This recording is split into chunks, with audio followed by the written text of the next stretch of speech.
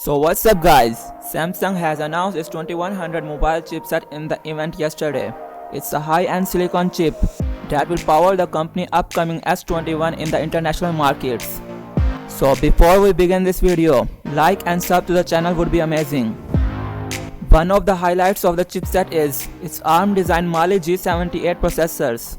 According to Samsung, this will deliver 40% better graphical performance and 30% better CPU performance than the Exynos 990.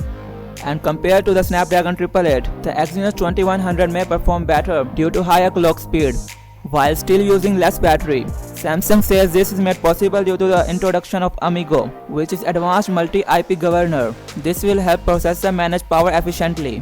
GPU performance has been the area where the Exynos has lagged behind the Snapdragon. Qualcomm made a big deal about the Snapdragon 888 ISP, which allows it to process data from 3 different cameras at the same time. The Exynos 2100 can handle 4 simultaneous streams and up to 6 cameras can be connected. Samsung also said that it can handle 200 megapixel sensor, though there is no 200 megapixel camera in the market, at least not yet. The Exynos 2100 supports AVI decoding, which will help run 4K and 8K videos smoothly. This is Samsung's first 5nm chip.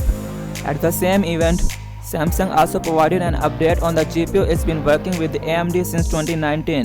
Samsung said that the component will make its way into the next flagship product. This will probably be the Galaxy Z Fold 3, as said by the prominent leaker Ice Universe, or maybe in the Samsung Note 20 Ultra. This is almost everything from Samsung event. Lastly, don't forget to subscribe this channel. Thanks for watching. Peace out.